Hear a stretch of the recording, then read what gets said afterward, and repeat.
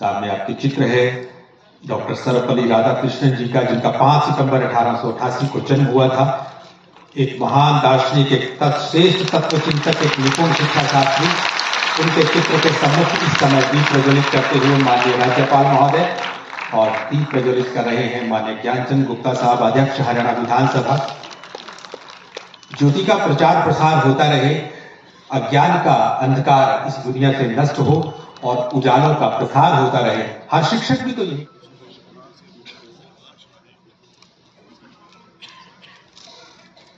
और अब पुष्पांजलि अर्पित की जा रही है उस विभूति को जिनकी जयंती को आज हम मना रहे हैं। देवियों सज्जनों, आपको बताएं कि उनका आज हम 136वां जन्मदिन मना रहे हैं। 136वीं जयंती उस महान विभूति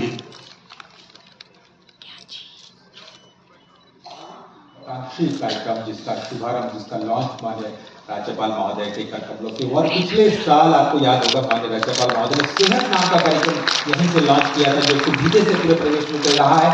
और अब एक और पानीपत में 31 साल का आपका अनुभव।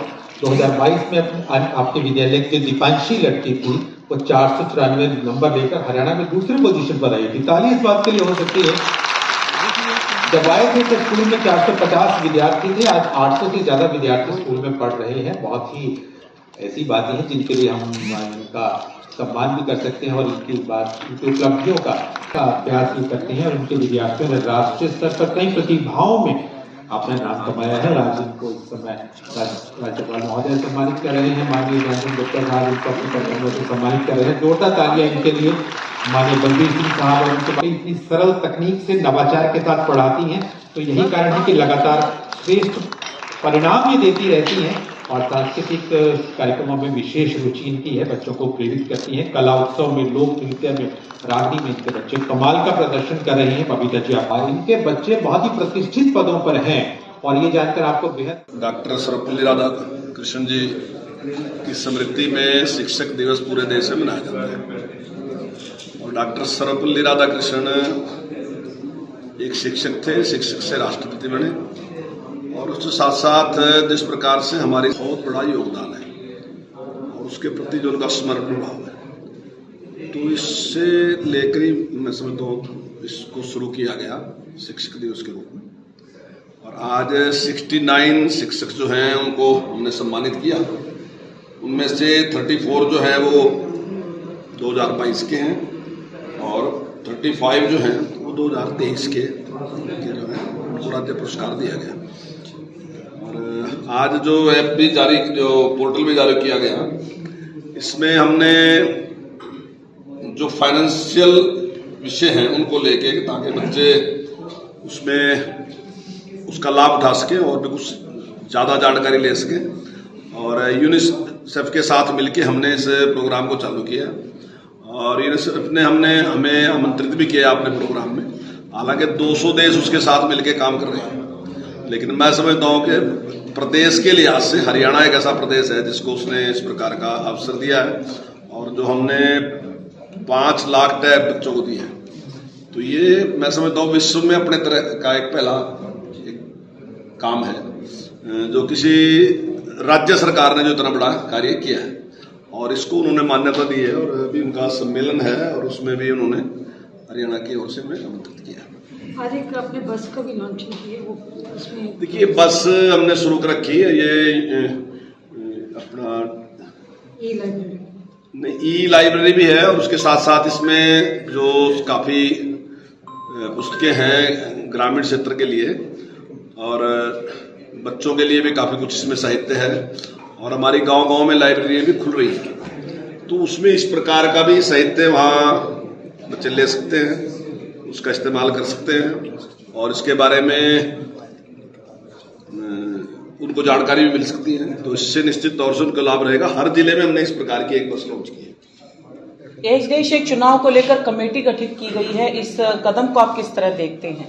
देखिए, ये कोई ऐसा नहीं जिस प्रकार से दर्शाया जा रहा कि एकदम सरकार ने इस प्रकार का कोई निर्णय ले लिया, ऐसा नहीं है।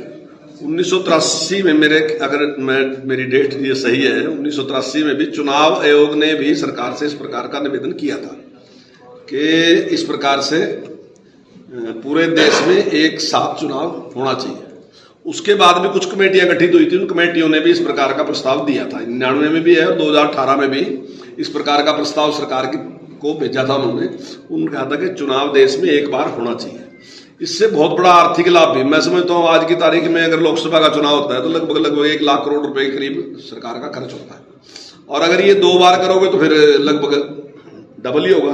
और बार बार अगर आप करते रहोगे तो ज्यादा पैसा निश्चित तौर से खर्च होगा, समय भी खर्च होगा, और चुनाव आचार संहिता लगेगी, उसका भी अलग से नुकसान होगा। तो बहुत से इस प्रकार से मैं समझता हूं, जो मेरी व्यक्तिगत राय है वो ये है कि चुनाव एक बार होना चाहिए और 5 साल तक लगातार जो मतदाता है उसने सरकार की कारगुजारी देखनी चाहिए। तो 5 साल में फिर वो आराम से निर्णय कर सकेगा कि सरकार की कारगुजारी क्या है क्या नहीं है। नहीं तो कई बार क्या है कि अभी लोकसभा का चुनाव है, राज्य स्टेट का चुनाव है, तो वो आप व्यक्ति को टाइम ही नहीं मिलता देखने का कि सरकार की कारगुजारी क्या है। तो मैं समझता हूँ इससे ज्यादा जिम्मेदार बनेगी सरकार भी कि हमें एक परिणाम देने हैं।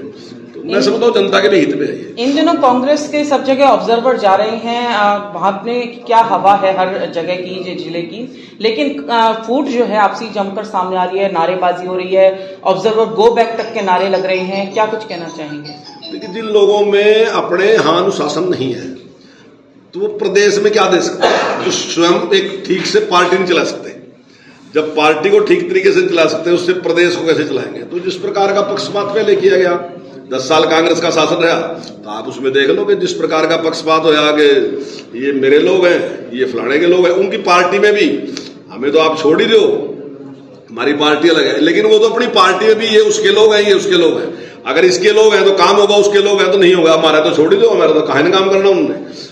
तो इस प्रकार से उन्होंने पूरे प्रदेश को बांट दिया था, चाहे रोजगार देने की बात थी, चाहे डेवलपमेंट की बात थी। लेकिन जब से सरकार आई तो माननीय मुख्यमंत्री जी ने जो नारा दिया, हरियाणा एक हरियाणवी एक, तो उसमें उन्होंने काम भी उसी प्रकार से किया और सारे हरियाणा की डेवलपमेंट भी की। मैं समझता हूँ कि ऐसी पार्टी को मैंने समझता है कि लोग वोट देना पसंद करेंगे। एक सवाल और, गणेश चतुर्थी पर भारत का नाम, जो देश का नाम है वो भारत करने की आधिकारिक तौर पर डॉक्यूमेंट्स में बात चल रही है, इस पर क्या कुछ आप रोशनी डालना चाहेंगे? इंडिया की जगह भारत रखा जाएगा आधिकारिक तौर पर? इंडिया तो अब मैं तो समर्थक ही नहीं हूं इंडिया।